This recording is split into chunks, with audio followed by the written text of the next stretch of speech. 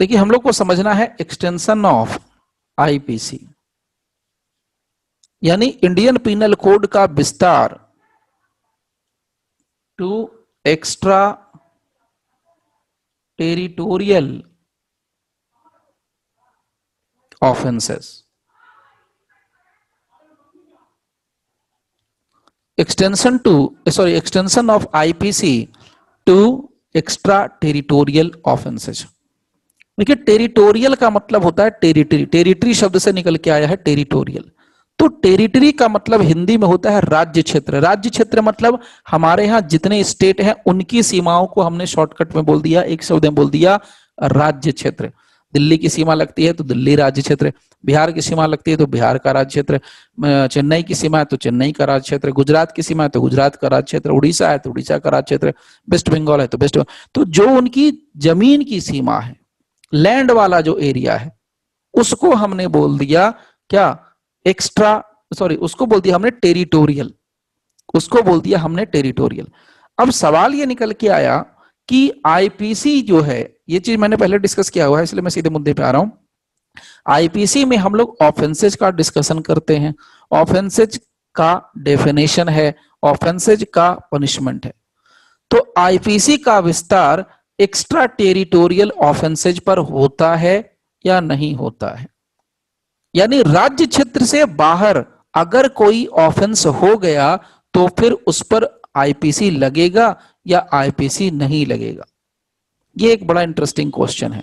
इस क्वेश्चन का आंसर आपको सेक्शन 1 के अंदर नहीं मिलने वाला है। Let me tell you frankly, इस क्वेश्चन का आंसर सेक्शन 1 के अंदर नहीं मिलता है। इस क्वेश्चन का आंसर मिलता है हम लोगों को सेक्शन 3, सेक्शन 4 से। तो देखिए मैं आपको सीधे सीधे लेके चलता हूं। सबसे पहले मैं आपको यहां डिस्कस करूंगा सेक्शन 4, उल्टा 3 भी नहीं 4। देखिए सेक्शन 4 जो आईपीसी, सेक्शन 4 जो आईपीसी का है वो ये कहता है, ध्यान से समझना, यहां से बारीकी निकलेगी अब। और कैसे कोरिलेट करके पढ़ रहे हैं, पढ़ रहे थे हम लोग, डिस्कस कर रहे थे सेक्शन 1, लेकिन हम लोग चले गए 4 पर। सेक्शन 4 जो है आईपीसी का ये कहता है कि जो प्रोविजन है आईपीसी के, आईपीसी का जो प्रोविजन है वो अप्लाई होगा also to any offence committed by. IPC के जितने भी प्रोविजंस हैं, जो कुछ भी है, वो सब का एप्लीकेशन हो सकता है किसी भी भारत के नागरिक पर, जो वो भारत का नागरिक भारत के बाहर है तब भी उसके ऊपर आईपीसी लगेगा। So any citizen of India in any place without and beyond India, Bharat का नागरिक है और वो किसी और जगह है, एनी प्लेस, प्लेस मीन्स स्थान, विदाउट भारत के बिना, और बियॉन्ड इंडिया भारत के बाहर। तो अब सवाल एक और नया निकलता है, भारत के बाहर यानी बियॉन्ड इंडिया और विदाउट इंडिया का मतलब क्या है, और इंडिया का मतलब क्या है। तो हम लोग जनरली ये समझ लें कि इंडिया का मतलब होता है जहां कहीं भी इंडिया का फ्लैग है, इंडिया का झंडा है, वो सब भारत है। लेकिन ये तो हम लोगों का कॉन्सेप्ट है, लेकिन हम जब सेक्शन 4 के कंटेक्स्ट में देखेंगे तो टेरिटोरियल देखेंगे, टेरिटोरियल देखेंगे, टेरिटोरियल जमीनी क्षेत्र से देखेंगे। यानी हम भारत की बात करेंगे तो भारत का राज्य क्षेत्र छोड़ के, अब भारत का राज्य क्षेत्र छोड़ दे तो पाकिस्तान लग गया, भारत का राज्य क्षेत्र छोड़ दें तो बांग्लादेश लग गया, भारत का राज्य क्षेत्र छोड़ दे तो अफगानिस्तान लग गया, भारत का राज्य क्षेत्र छोड़ दे तो चाइना लग गया, भारत का राज्य क्षेत्र छोड़ दे तो जापान लग गया, भारत का राज्य क्षेत्र छोड़ दे तो यूएसए, यूके सब लग गया। टेरिटोरियल लिमिट से बाहर, टेरिटरी से बाहर, उसको ये कहता है फर्स्ट लाइन ये वाला। So any citizen of India है तो भारत का नागरिक, एनी प्लेस कहां है, इन एनी प्लेस, लेकिन वो प्लेस कहां है, विदाउट एंड बियॉन्ड इंडिया, वो इंडिया के टेरिटरी से बाहर है, राज्य क्षेत्र से बाहर है। और मैं राज्य क्षेत्र इतने दावे से क्यों कह रहा हूं, क्योंकि यहां पर पहले ही लिख दिया है क्या, एक्स्ट्रा टेरिटोरियल, टेरिटरी से बाहर। नंबर 2 देखिए यहां पर ये एनी पर्सन, ध्यान दीजिएगा बड़ा फर्क है, बहुत इंटरेस्टिंग और टेक्निकल पार्ट आपको शेयर कर रहा हूं। सेकंड में बोलता है any person on any ship और aircraft registered in India wherever it may be. यहां पर आया term any person, any person, any person आ गया। पहले में कहा कि भारत का नागरिक होना जरूरी है, दूसरे में कहता नहीं, एनी पर्सन, कोई भी पर्सन होने दो, और वो किसी भी शिप में होने दो, किसी भी हवाई जहाज एयरक्राफ्ट के अंदर होने दो, बस वो शिप, बस वो एयरक्राफ्ट भारत के अंदर रजिस्टर होनी चाहिए, चाहे वो पानी का शिप कहीं भी हो, बीच समुद्र में हो, दूसरे देश की टेरिटरी के अंदर हो, उससे कोई फर्क नहीं पड़ता। मीनिंग देयर बाय, ध्यान से समझिए, इसका मैं प्रैक्टिकल एग्जांपल देता हूं। मर्चेंट नेवी का नाम आप लोग सब सुने होंगे, हो सकता है आप में से बहुत से लोगों को पता भी होगा, आपके फैमिली मेंबर में, दोस्त में बहुत से लोग मर्चेंट नेवी में गए होंगे या कभी आपने ट्राई किया होगा मर्चेंट नेवी। तो मर्चेंट नेवी की जो जॉब होती है उसमें क्या होता है, लोग पैसेंजर शिप की तो कम, कार्गो शिप में लोग ज्यादा काम करना पसंद करते हैं क्योंकि सैलरी बड़ी अच्छी मिलती है और दूर दूर देश घूमने को मौका मिलता है। हुआ क्या कि एक मित्र है, उसका भाई जो है मर्चेंट नेवी में जॉब करता है। अब उसका जो शिप था, कार्गो शिप था, भारत के यहां रजिस्टर्ड था। भारत से कुछ माल ले करके, ये जो मसाला वसाला ये सब जो चीजें एक्सपोर्ट के लिए होती हैं, एक्सपोर्ट करने वाली चीजें, वो पूरा लदा गया और यहां से, इंडिया से चला गया कहां, साउथ अफ्रीका। साउथ अफ्रीका जब गया तो वहां किसी बात को लेकर के उसका और उसके बॉस के बीच में जबरदस्त झगड़ा हो गया। उसने गुस्से में आके बॉस को उठा के वहीं फेंक दिया समुंदर में, और बॉस मर गया उसका समुंदर में, मतलब मर गया, डेड बॉडी ऊपर आ गई। अब कैसे मरा, क्या हुआ पता नहीं, बस इतना बताया कि मार दिया किसी चीज से और वो मर गया, और उसको डेड बॉडी बाहर आ गया, तैरने लगी पानी में उस तरीके। अब सवाल यहां पर, क्वेश्चन ये है आप लोगों के लिए कि क्या एक भारत का नागरिक दूसरे भारत के नागरिक को साउथ अफ्रीका में जाके मारता है तो क्या इंडिया में उसका ट्रायल चल सकता है? इंडिया में उसको किसी अपराध के लिए, यानी मर्डर के लिए हम लोग पनिश कर सकते हैं? आईपीसी में इतनी पावर है या नहीं है? कर सकते हैं। कर सकते हैं। एक लिखा है ना, wherever it may be. Wherever it may be, ठीक है। लेकिन अगर ये मान लेते हैं, चलिए ये बहुत अच्छा आंसर है, बहुत अच्छा आंसर है। अब यहाँ पर मानने वाली बात, अगर हम लोग मान लें तो खैर मानने में, यहाँ पर ये मैं बोलना चाह रहा हूँ कि मान ले अगर हम लोग करें तो बहुत सारे क्वेश्चन निकलेंगे, लेकिन क्वेश्चन का आंसर बिल्कुल सही है कि यहाँ पर जो सेकंड पार्ट है, सेकंड पॉइंट है, उसमें बहुत क्लियर कट कहा है, any person on any ship, कोई भी व्यक्ति, चाहे वो भारत का नागरिक हो भी सकता है, चाहे वो भारत का नागरिक नहीं भी हो सकता है, लेकिन वो किसी शिप पर है या किसी एयरक्राफ्ट में है, और वो शिप कहीं भी हो सकता है, वो एयरक्राफ्ट कहीं भी हो सकता है, और वो भारत के अंदर रजिस्टर्ड है, तो उसके ऊपर भी आईपीसी का एप्लीकेशन होता है। तो इसका मतलब क्या हो गया, टेरिटरी से बाहर है, राज्य क्षेत्र से बाहर है, जमीन से बाहर है, समुद्री सीमा से बाहर है, एयर की सीमा से बाहर है, तीनों सीमाओं से बाहर है, फिर भी आईपीसी उसके ऊपर लगता है। यानी 10,000 किलोमीटर दूर भी है, 7,000 किलोमीटर दूर भी है, तो भी उसके ऊपर आईपीसी एप्लीकेबल होगा ड्यू टू दिस सेक्शन 4। अब इसी में एक देखिए थर्ड पॉइंट भी है, तो थर्ड पॉइंट हम लोग खैर बाद में करेंगे, हम लोगों के जो काम का चीज है वो हमें समझना है। तो यहां पर आप 2 पॉइंट जल्दी से लिख लो। By virtue of IPC the provisions of IPC apply also to any offence. ध्यान दीजिए ये किस पर लगता है, ऑफेंस पर। So any offence committed by, committed by, पहला एनी सिटीजन ऑफ इंडिया वाला पार्ट मैं पूरा नहीं लिख रहा हूं, एनी सिटीजन ऑफ इंडिया, और दूसरा any person, so any person वाला पार्ट। तो इसका मतलब ये हो गया फ्रेंड्स कि जो आईपीसी का प्रोविजन है, आईपीसी की जो जो सेक्शंस हैं, जो इसके अंदर के प्रोविजंस हैं, सब सेक्शंस के जो प्रोविजंस हैं, वो भारतवर्ष के अलावे किसी भी दुनिया के ऊपर अप्लीकेबल होंगे, ऑल वर्ल्ड में लागू होंगे, होल वर्ल्ड पर, पूरे भारतवर्ष की बात नहीं कर रहा हूं मैं, पूरी दुनिया पर लागू होगा। आईपीसी का एप्लीकेशन पूरे भारतवर्ष नहीं, पूरी दुनिया पर, इन द होल वर्ल्ड लागू होगा।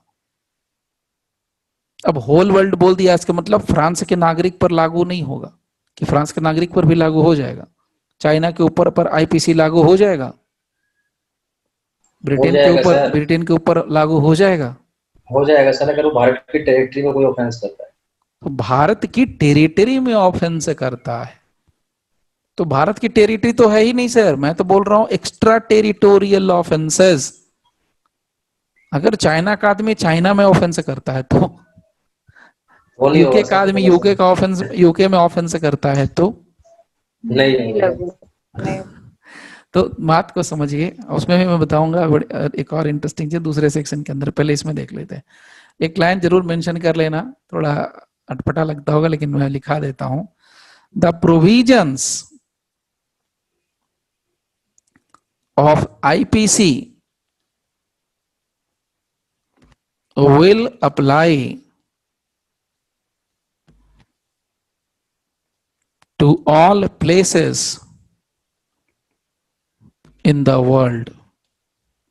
क्या लिखा है? वर्ल्ड, वर्ल्ड के ऊपर लागू होगा। वेन एवर, कब लागू होगा वो जान लीजिए, वेन एवर, जब कभी, when ever an offence under IPC is committed. कौन करेगा कमिट बताइए? ये पूरी दुनिया पर लागू होगा, पूरे वर्ल्ड पर लागू होगा आईपीसी, लेकिन कब? Citizen of India, citizen of India. Any when citizen ever, of India.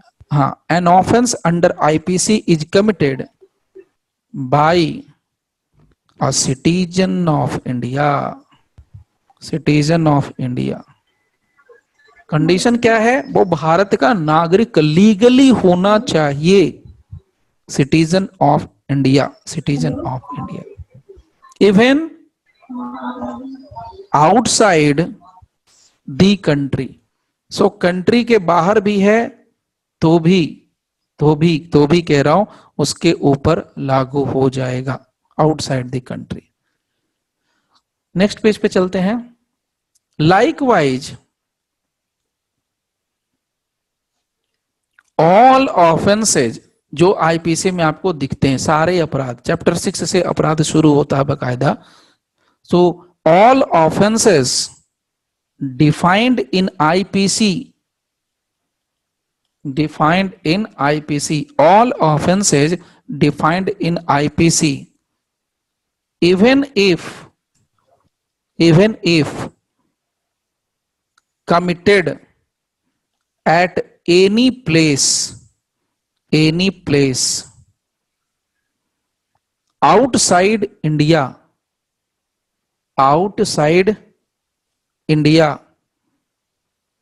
by any person dash whether he is, क्या लिखना चाहिए?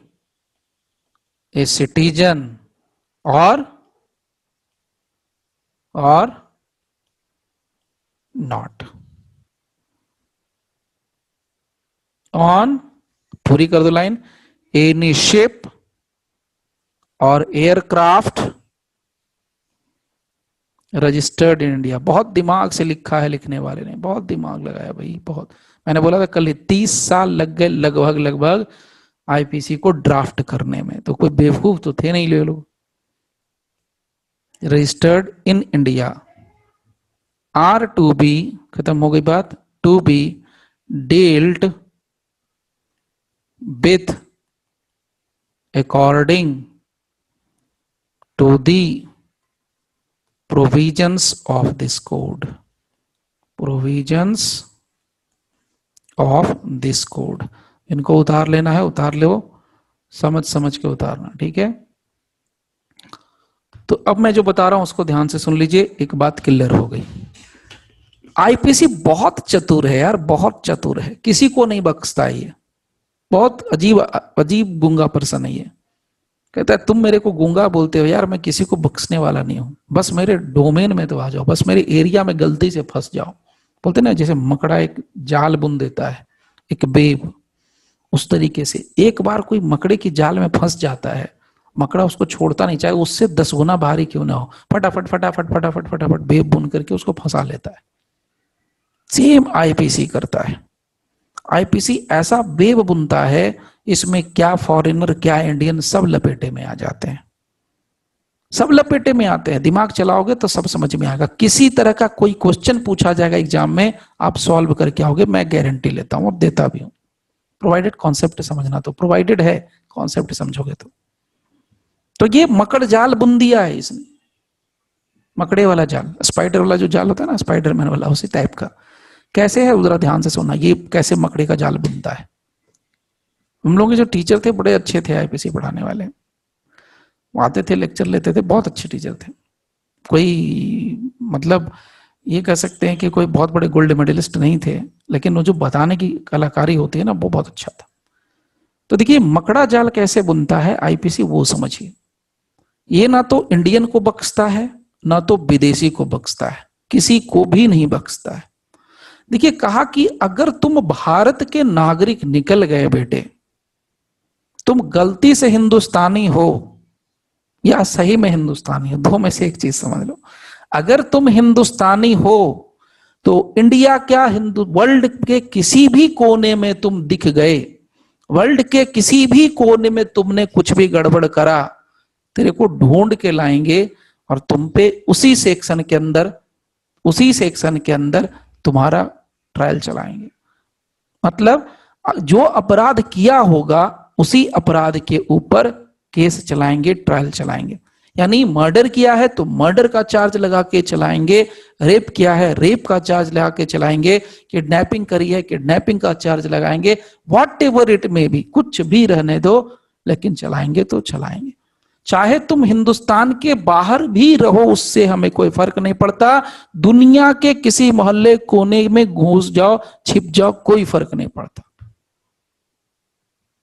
Any citizen of India in any place, any place, any place, any place का मतलब New York की कोई छोटी सी गली हो सकती है, कोई बढ़िया सा कोई एवेन्यू हो सकता है, लंदन की कोई गलियां हो सकती हैं, ऑस्ट्रेलिया का कोई रेस्टोरेंट हो सकता है, कहीं भी आप सोच लो, हांगकांग की कोई गली हो सकती है, कोई शॉप हो सकती, जो आपको दिमाग में आता है वो सोच लो यार। लेकिन यू आर हिंदुस्तानी, प्रोवाइडेड क्या लगा है, if you are Hindustani, if you are a citizen of India. तो अगर तुम भारत के नागरिक निकले तो तुम दुनिया के किसी भी कोने में अपराध करोगे और मेरे नजर में गलती से आ गए तो फिर तुम्हारी कोई खैर नहीं है। एक बात तो हिंदुस्तानी को तो बख्श नहीं रहा, ये भी नहीं रहम कर रहा है कि यार मैं हिंदुस्तानी हूं तुम भी हिंदुस्तानी हो, बोले भाड़ में गया हिंदुस्तान हिंदुस्तानी, तुमने अपराध किया मैं दंड देने के लिए बैठा हूं, मुझे कुछ नहीं मालूम, मेरे अंदर इमोशन नहीं है मोशन है, तो सिर्फ ये मोशन पर चलता है, हम इमोशन पर चलते हैं, तुम इमोशन पर चलते हो, मैं मोशन पर चलता हूं। यानी सीधी सीधी बात, ऑफेंस है तो पनिशमेंट है, दैट्स इट। अब ये तो मकड़ा जाल बुन दिया उसने, अब कहीं तक भी जा सकता है। दूसरा किसको पकड़ा, विदेशियों को। अब विदेशियों को कैसे पकड़ा, विदेशियों को कहा बेटा तुम भारत वाले तो हो नहीं, एनी पर्सन के अंदर आते हो, you are not an Indian. तो उसके साथ प्रॉब्लम क्या होती है, थोड़ी सी प्रॉब्लम क्या होती है आईपीसी को, इसने बुद्धि लगाया, दिमाग लगाया। देखिए मैकॉले साहब का दिमाग, इसने बुद्धि विवेक लगाया। क्या बुद्धि विवेक लगाया, बोला तुम तो हो भारत के नागरिक नहीं, तुम हो विदेशी। लेकिन हम लोग क्या सोचते हैं, देखिए मैं एक आम आदमी की भाषा या लोग कॉमन लॉ स्टूडेंट की जो सोच होती है वो मैं आपको शेयर कर रहा हूं। हम लोग क्या सोचते हैं कि अगर कोई विदेशी विदेश से इंडिया में चल के आया ताजमहल देखने के लिए, अगर कोई विदेशी विदेश से आया खजुराहो का, एलोरा का, अजंता का मंदिर देखने के लिए, अगर कोई विदेशी आता है, वो बिहार में है ना नालंदा और क्या क्या और राजगीर, वो सब घूमने के लिए कहीं कहीं, और वहां आके तुम कुछ गड़बड़ करते हो, तब तुमको क्या होगा, आईपीसी के अंदर पकड़ेंगे और उसके पर ट्रायल चलाएंगे। ये कहा। ये तो सबको समझ में आता है कि तुम्हारी धरती पर अगर कोई विदेशी आएगा, यानी हम लोग ये कॉमनली समझते हैं, बिल्कुल सही समझते हैं, मैं नहीं कह रहा हूं गलत आप समझ रहे हैं। यानी भारत की धरती पर कोई विदेशी आता है और भारत की धरती पर अपराध करके चला जाएगा, ऐसा हम होने नहीं देंगे। तो आईपीसी ने मकड़ा जाल बुन लिया दूसरे टाइप का, तो ये सबको समझ आता है। मैं इसका टेक्निकल और कॉम्प्लिकेटेड पार्ट बताता हूं। मैं आपको क्या बता रहा हूं वो जरा समझिए। भारत की धरती नहीं है, भारत की धरती नहीं है, विदेश की धरती, चाइना है, जापान है, यूएसए है, ब्रिटेन है, कनाडा है, ऑस्ट्रेलिया है, सिंगापुर है, कहीं भी हो सकता है। वहां पर आईपीसी मकड़ा जाल बनता है, वहां भी विदेशियों को पकड़ के लपेट लेता है। ये कैसे? कहता है दो चीज आपको देखनी होती है।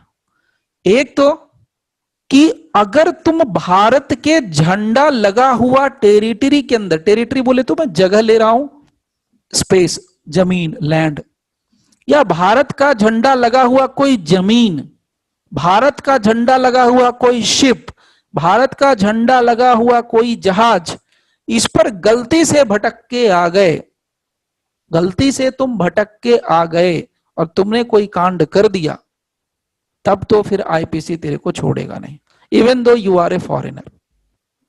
यानी कि any person on any ship, any person on any ship, बार बार कह रहा हूं, ध्यान से सुन लेना, any person on any ship और any aircraft registered in India, registered in India.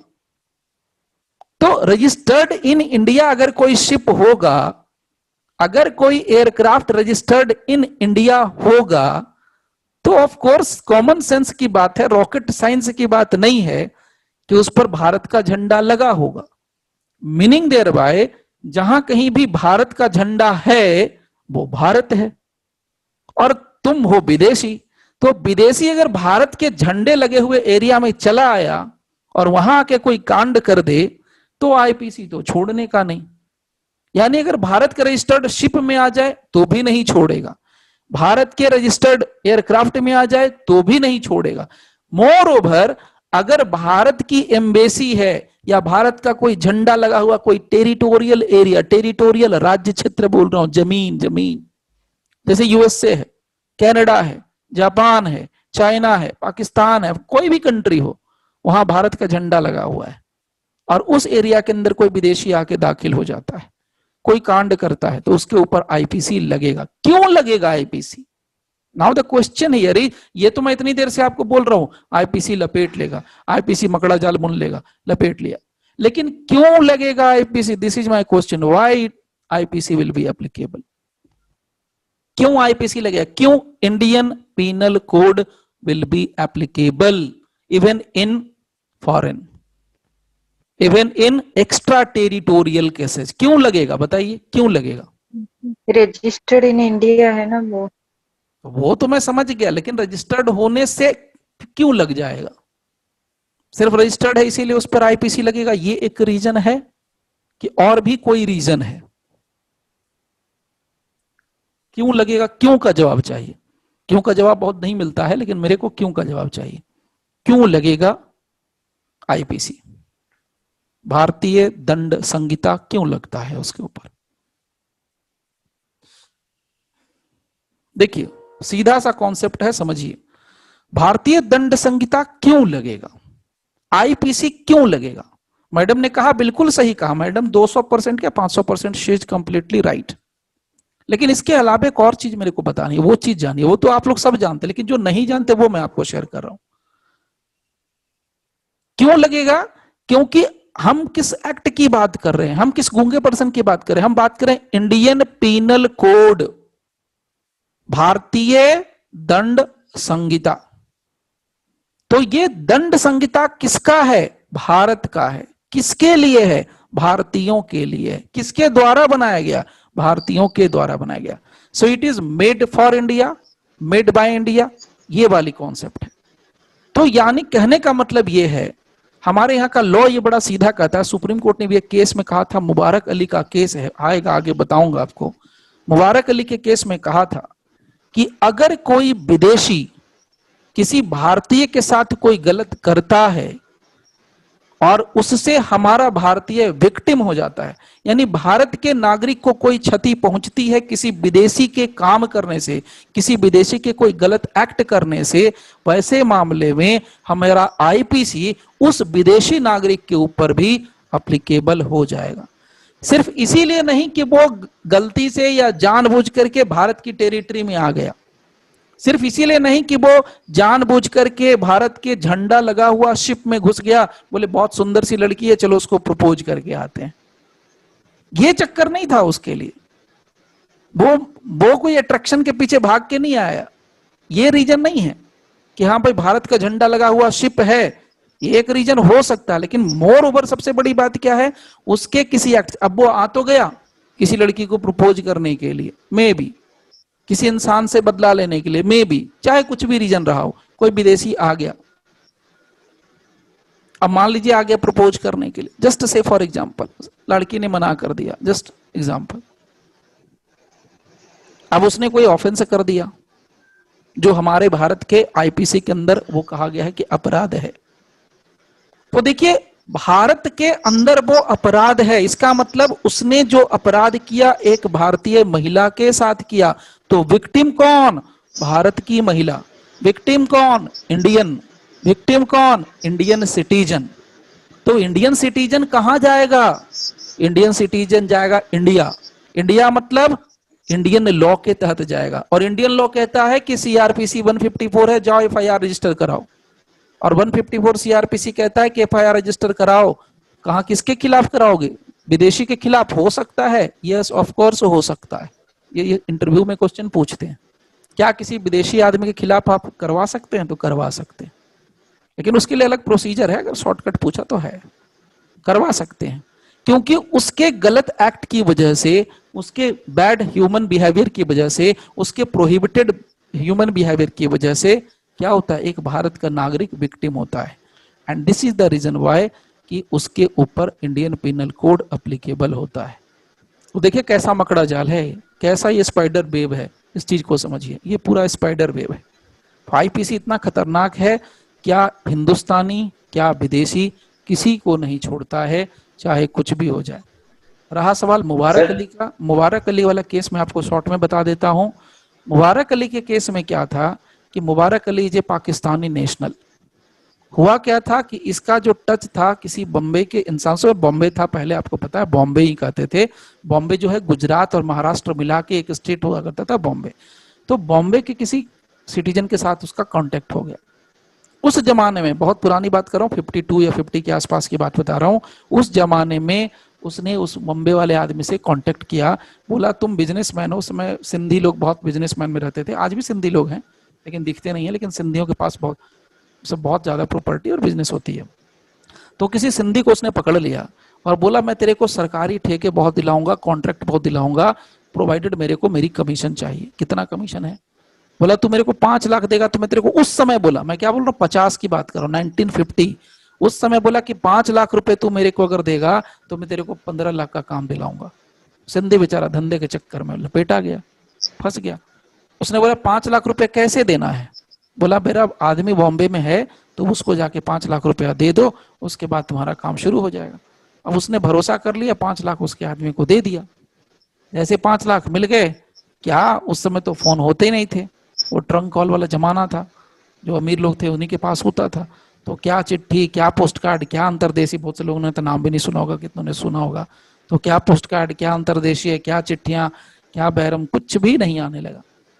जब नहीं आने लगा, जब उसको लगा कि मैं ठगा गया हूं, मेरा 5 लाख डूब गया है, तो उस जाके एफआईआर कराना चाहा, गया पुलिस स्टेशन, जो नियरेस्ट पुलिस स्टेशन था।